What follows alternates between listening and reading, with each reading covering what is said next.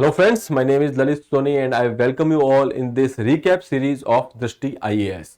In this series, we'll be talking about all the important events that has happened in 2023. Okay, so all those people who are preparing for any kind of examination or those who like to get yourself up to date, this series will be of quite a good yield. Okay, so in this particular episode, we'll be talking about the important acts which has been passed by the parliament or they have been debated. We'll be talking about that when we are talking about the year 2023. Okay, so let's start with the first act, that is Nari Shakti Vandan Adhiniyam, Women's Reservation Act 2023. So considering the issue of underrepresentation of women in the parliamentary processes, or you can say legislative processes, we can say there are only 13 to 15% of representation is there to the woman or the section of the society which constitute nearly 50% of the population. Considering that, government has come up with this particular provision wherein 1/3 seats would be reserved for the woman in Lok Sabha and state assemblies. Okay, there will also be a provision of reservation in the state assembly of Delhi as well as Jammu Kashmir and Puducherry.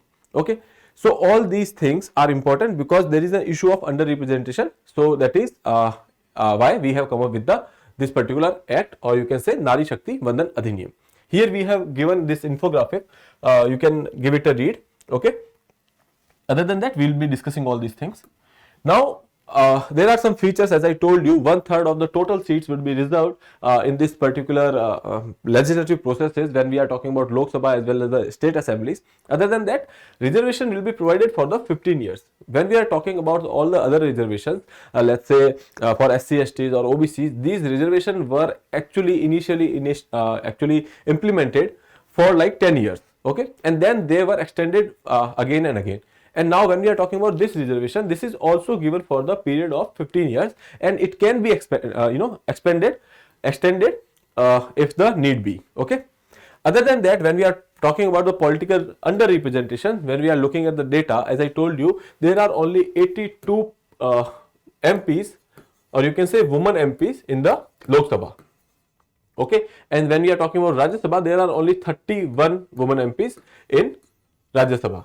Okay, so we can say that nearly their representation is around 13 to 15% for a section which constitutes 50% of the population.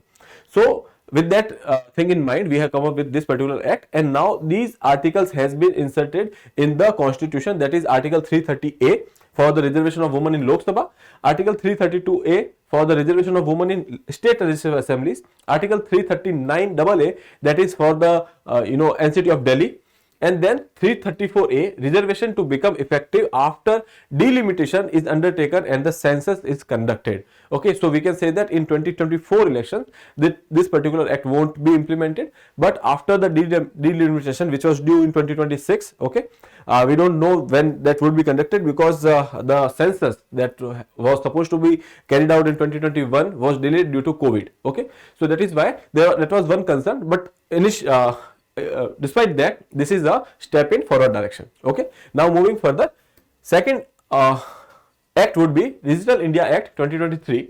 It aims to overhaul the decade-old Information Technology Act 2000. Okay, so we have this act, Information Technology Act, which is not catering to today's you can say scenario. Okay, there are different things like artificial intelligence, cybercrime, data protection, deep fake and online safety. All these things would be covered under this particular act, that is Digital India Act.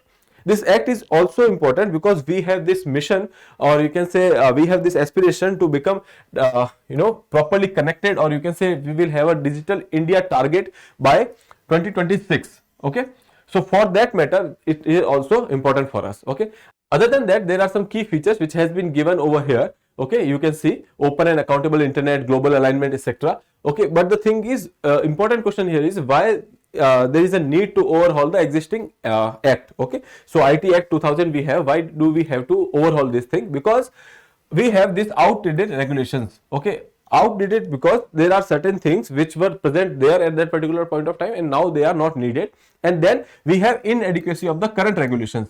So when we are talking about these issues like artificial intelligence, emerging technologies and cybercrime, etc., all those things are not properly covered in IT Act 2000 because at the time when in 2000 this act was implemented, we did not have this artificial intelligence, etc., at that particular point of time, and that is why this problem of deep fakes and cyber crime, etc., was not that prevalent.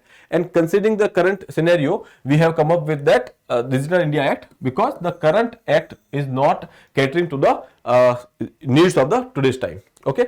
Then addressing e-commerce and the online content, okay, and global alignment with the global alignment and the best practices, so that we can go for the ease of doing businesses. Okay, so that is why Digital India Act is important. So when we are talking about Digital India and these data related issues, so there is one more act, that is Digital Personal Data Protection Act 2023. Okay, this address the processing of the digital personal data. This actually focus on the personal data.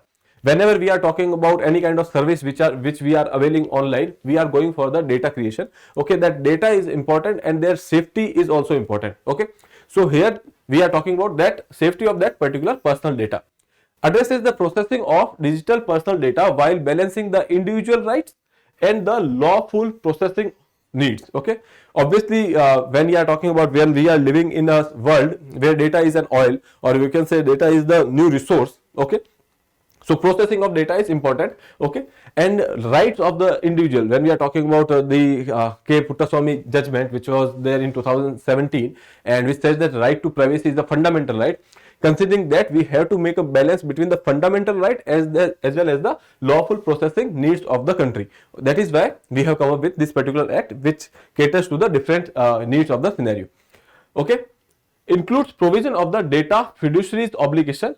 Data fiduciary is the person who is basically collecting the data. Okay, and we are giving our data to someone with a trust that they won't misuse it. Okay, that is why data fiduciary term has been used. Okay, and data principals, right and duty. Data principal is the person whose data has been collected. Okay, from whom the data has been collected. Okay, so their rights and duties are also mentioned, and penalty for the breaches. Okay, it aims to enhance the ease of living and ease of doing business and seek to promote India's digital economy and innovative ecosystems. Okay, so that is why this act becomes important.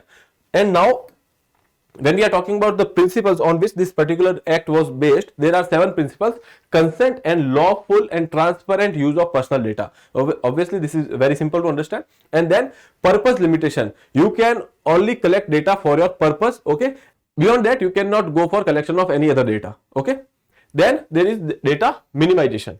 Collect only data which is necessary for you. Okay, so that is data minimization. Other than that, there are data accuracy, so that the problem of disinformation, misinformation could does not arise.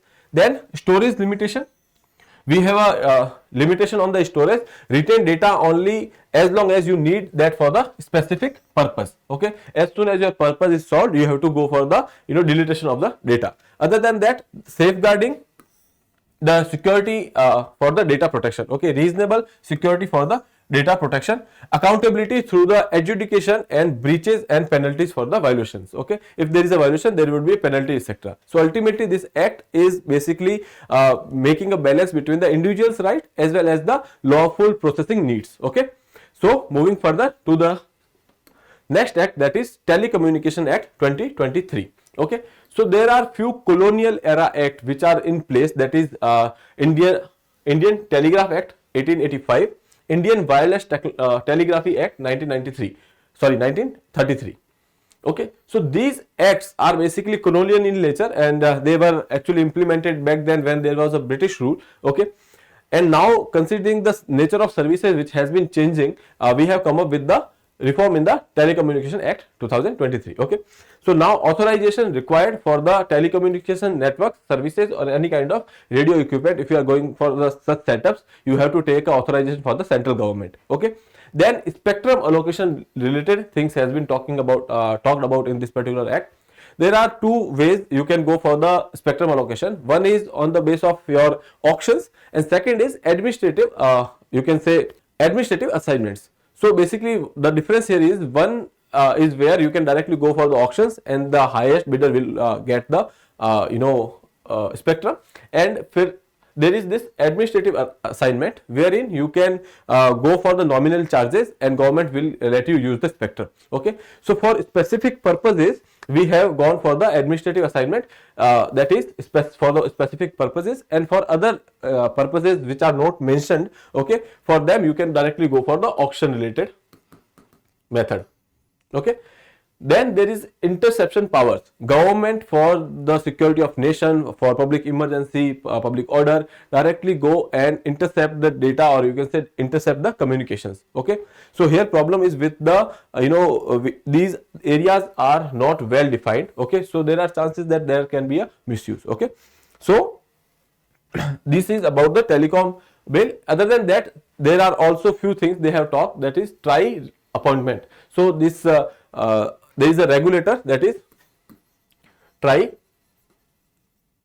Telecom Regulatory Authority of India. Okay, so there are issues related to appointments wherein we have allowed, or the government has allowed, the individuals with significant professional experience, or you can say this is what lateral entry means. Okay, so that is allowed in the Telecommunication Act. And then there is this Digital Bharat Nidhi. So earlier there used to be a fund, that is Universal Service Obligation Fund, that has been renamed to Digital Bharat Nidhi. Okay, so as I told you, there are key issues raises concern about the mass surveillance and the lack of procedural safeguards. Okay, so that is about Telecommunication Act. And then we have this Post Office Act. Okay, so nature of services of post office has been changed because when we are talking about all the acts which are right now regulating this particular service, that is from 1898. So this is also colonial in nature. Okay, so considering the nature or the nature of the services and the requirement of the time, they have gone for the overhaul of this particular act. And now we have this Post Office Act 2023. It will replace the Indian Post Office Act of 1898. Okay, it aims to provide simplified legislative frameworks, okay, for the post office. So one thing is there, we are going for the ease of the business, or we are simplifying the processes. Okay, facilitating various citizen centric services. Okay, the government will not have exclusive privileges over the conveying letters. Earlier government has this monopoly on the conveying these letters. Okay, but we know that there are private players, or you can say those people who are going for the delivery, like parcel, etc., courier services are there. Okay, so they have exploited the definition of the letter. They have said that we are calling ourselves as someone who is delivering the parcel and not the letter. Okay, so that is why anyway private sector was there, so they have removed that particular provision, which actually said that there was a monopoly of the government in the 1998 Act. Okay, so now even private players can get into this particular service. Okay, then government interception, as we talked about in the Telecom Act as well, here also government can intercept on the grounds of security, public order, public emergency. Okay, wherein government can, on the basis of any suspension, suspicious activity, government can open your letter and check. Okay, so that is about Post Office Act. Few more elements are there of this particular act, that is there is no liability. Earlier there used to be a liability on the officers of the post office if there is a misdelivery or something like that. Okay, so now the government has exempted the government and the officers from the liability related to the loss, misdelivery, delay, damages to the postal articles. Okay, so they have done away with the liability of the officers. Okay, however, government by any rule they can provide for any kind of liability. Okay, so when we are talking about the issue related to this act, there is this uncertainty regarding whether the action constituted a public emergency or not. As I told you, in case of the government interceptions, okay, the definitions are not clear of the public safety, public order, public emergency. All these things can be exploited by the government. Okay, now moving further, One Sanrakshan एवं संवर्धन अधिनियम 1980. Okay, so bill broadens the scope with the addition of new preamble. Okay, other than that, they have changed the name to name of the Forest Conservation Act to the One Sanrakshan एवं संवर्धन अधिनियम 1980. It aims to contribute India's climate change efforts and international commitments like net zero emission by 2070. So basically here we are mostly talking about afforestation, etc. Okay, and saving the forest. That is the objective of this particular act. But there are some changes which has been made here. There is the change regarding the applicability of this particular act. Okay, so land declared or notified as a forest under the Indian Forest Act 1927, that would be included in that purview of this particular act. Other than that, any land which is not covered in this particular provision in the above category but notified as a forest on or after 25th October 1980 in a government record. If any government record after 25th October 1980 says that it is a forest land, it will be covered under this particular act. Okay, so that is related to the applicability clause of this particular act and the changes made into it. Okay, other than that, there are few other things that this will empower the local communities. Okay, it will encourage activities like zoo, safari, ecotourism owned by the government and intended to raise awareness, protect wildlife and create livelihood opportunities for the local communities. Okay, other than that, when we are talking about this act, there are certain exemptions which has been given under this act related to the use of land. So this, if any kind of project which talked about afforestation, so that can be exempted. And then for the road and railway development, security infrastructure and the public utility project, for such things also you can exempt the land from this particular purview of this particular act. And then strategic projects near the international borders. Okay, if there is any developmental project near the international border, okay, so considering the border security, those land can also be exempted from the purview of this particular act. Okay, now moving to the another act, that is your criminal reform laws. Okay, so there are 3 acts which has been passed by the parliament and assent has been given. So there is a need of this reforms in the criminal justice system right now. There are various committees like Malimat committee, etc. They have given the recommendation, and finally government has come up with these 3 acts which has overhauled the criminal justice system, or you can say criminal laws in India. Okay, so these 3 acts are, you can say, Bharatiya Nyaya Sanhita 2023, that has actually replaced the Indian Penal Code IPC 1860. Now Bharatiya Nagrik Suraksha Sanhita 2023, it has replaced the Code of Criminal Procedure CRPC 1973, and then Bharatiya Sakshya Bill, that is that has replaced the Indian Evidence Act of 1872. All these acts, IPC, CRPC or Evidence Act, all these are colonial in nature. So considering the today's time, there are some changes which are needed in this particular act. So we have performed those changes under these revolve or overhaul of these particular acts. Okay, through this particular act. Now, these reforms in criminal laws, why these reforms were needed? As I told you, this has the colonial legacy. They are colonial in nature, and they has been implemented during the time of the British era. And simplification and streamlining of the process. Okay, so if we are going for the simplification of the law, so process of the justice system, or you can say it will be easy for the courts to interpret such laws that ultimately reduce the pendency, etc. So that is why. And then evidence collection and presentation. So some methods has been changed considering the change in the science and technology. So we have allowed this video conferencing, taking of evidence in the through the video conferencing, etc. We have talked about. And then modern forensic science and technological tools are there to implement all those things in easier investigation or faster investigations. And then various reports highlighted the need of these reforms, and that is why these reforms were done. Okay, now moving further, there are other important bills or acts which has been in news. Okay, that is Jammu Kashmir Reorganization Amendment Bill. Okay, so particularly this is what we have talked about, 33% of reservation which is to be given for the woman. Okay, so for Jammu Kashmir also this reservation is given through this particular bill.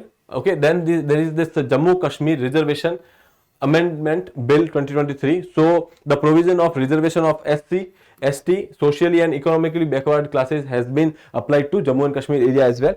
And now when we are talking about this multi-state corporate society bill, so this has been implemented to reduce the nepotism and go for the fair elections in the corporate society. Okay, we know that it has been made constitutional by 97th Amendment.